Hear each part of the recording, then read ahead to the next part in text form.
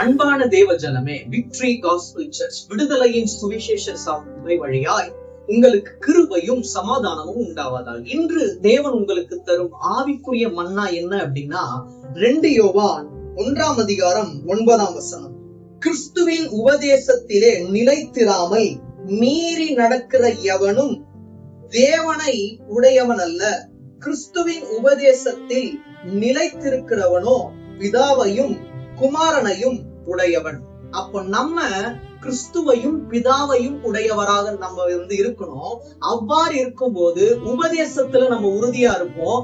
தீமையான உபதேசம் அல்ல, தேவன் நமக்கு கற்றுத்தந்த அந்த ஒரு உபதேசம். அந்த உபதேசத்தில் நாம் நிலைத்திருப்போமே ஆனால் கிறிஸ்து என்னாலும் நம்மளுடைய இருதயத்தில் நிலைத்திருக்க வல்லவராய் இருக்கிறார். இதில் 8 வாசிச்சீங்கன்னா, உங்கள் செய்கைகளின் பலனை இழந்து போகாமல் பூரண பலனை பெரும்படிக்கு எச்சரிக்கையாருங்கள்.